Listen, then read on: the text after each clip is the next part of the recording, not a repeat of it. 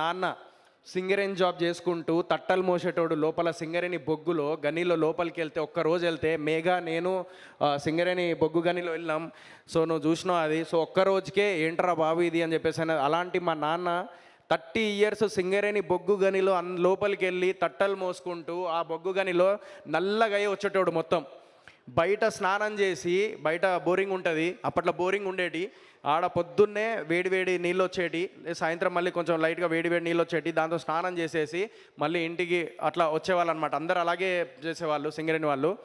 అలా మా నాన్న అంత కష్టపడి రూపాయి చేసుకొని 5గురిని పెంచాడు, ఇక్కడ దాకా తీసుకొచ్చిండు.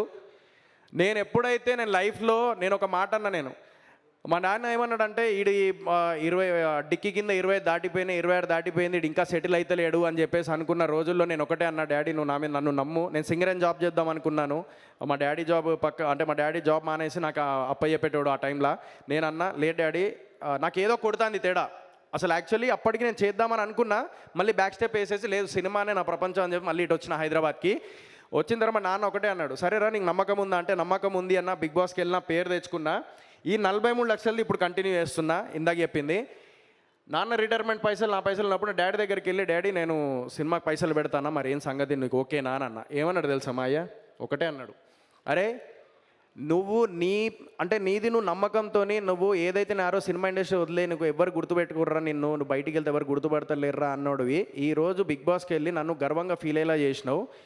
అదే ఇప్పుడు నువ్వు సినిమాకి డబ్బులు పెడితే డెఫినెట్లీ నాకు గర్వంగా ఫీల్ అయ్యేలా చేస్తావని నమ్మకం నాకు ఉందిరా, నువ్వు తీసుకెళ్ళరా అబ్బాయి, మళ్ళీ 0 నుంచి స్టార్ట్ చేద్దాం, స్క్రాచ్ నుంచి మొదలు పెడదాం అన్నాడు.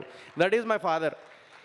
జీవితంలో ఎవరికైనా సెకండ్ థాట్స్ వచ్చినప్పుడు మనల్ని ఇంత కష్టపడి పెంచిన అమ్మ నాన్న వాళ్ళ గురించి ఆలోచించి వాళ్ళ నమ్మకం గురించి అన్నా మనం బతికుండాలి, పోరాడాలి, ముందుకెళ్ళాలి. ఇదే మన జీవితం.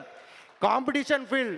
మనల్ని సపోర్ట్ చేసే వాళ్ళు ఉంటారు, మనల్ని లాగే వాళ్ళు ఉంటారు, అన్నీ ఉంటారు, అందరు ఉంటారు. కానీ మనల్ని సపోర్ట్ చేసే వాళ్ళ ప్రేమని, వాళ్ళ ఆప్యాయతని, మీ అందరి ప్రేమని, ఆడియన్స్ ప్రేమని గుర్తించి జీవితంలో ఫైట్ చేస్తూ ముందుకెళ్ళడమే లైఫ్ ఇప్పుడున్న జనరేషన్. ఇది మాత్రం పక్కా వాస్తవం. ఇది ఏదైనా కూడా మీరు బిజినెస్ పెట్టుకోండి, లైఫ్లో ఏదేమైనా చేసుకోండి, కాంపిటీషన్ ఫీల్డ్ సొసైటీ. ఇప్పుడు give a best, definitely you will achieve it. వెనకడుగు వేసినావా వెనకడుగుకే పోతావు. లేదు ఏమన్నా రాని అని చెప్పి ముందడుగు వేసుకుంటూ వెళ్ళిపోయినావా డెఫినెట్లీ ముందుకు వెళ్ళిపోతూనే ఉంటావు.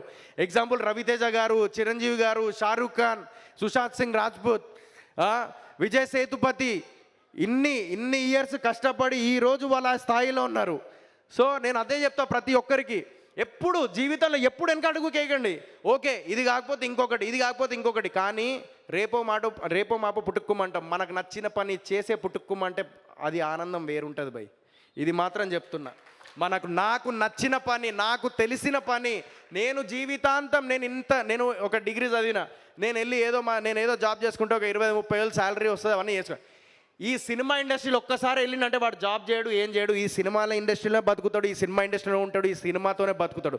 No religion, no caste, no nothing, only talent will speak in cinema industry. ఇది మాత్రం చెప్తున్నా నేను. మీ అందరు సపోర్ట్ కావాలి. ఇంకొకటి, మేము ఎంత కష్టపడినా ఏం చేసినా ఆడియన్స్ లేనిది మేము స్టార్ అవ్వలేము, ఆడియన్స్ లేనిది మాకు తిండి లేదు, ఆడియన్స్ లేనిది మేము ముందుకు వెళ్ళలేము లైఫ్లో. మీ ప్రేమ, అభిమానం, ఆప్యాయత ఉంటేనే మా లైఫ్.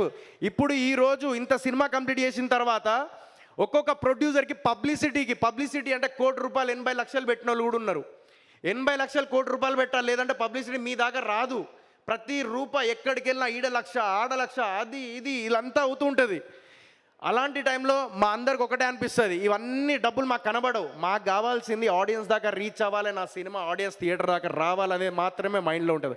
ఆడ అప్పు తీసుకొచ్చిండా, లేకపోతే ఎవరైనా చంపి తీసుకొచ్చిండా, లేకపోతే ఏడికెళ్ళి తీసుకొచ్చిండా, అవన్నీ పక్కన పెట్టేస్తారు. అన్నీ ఓన్లీ కేవలం మైండ్లో ఒకటే నడుస్తూ ఉంటుంది.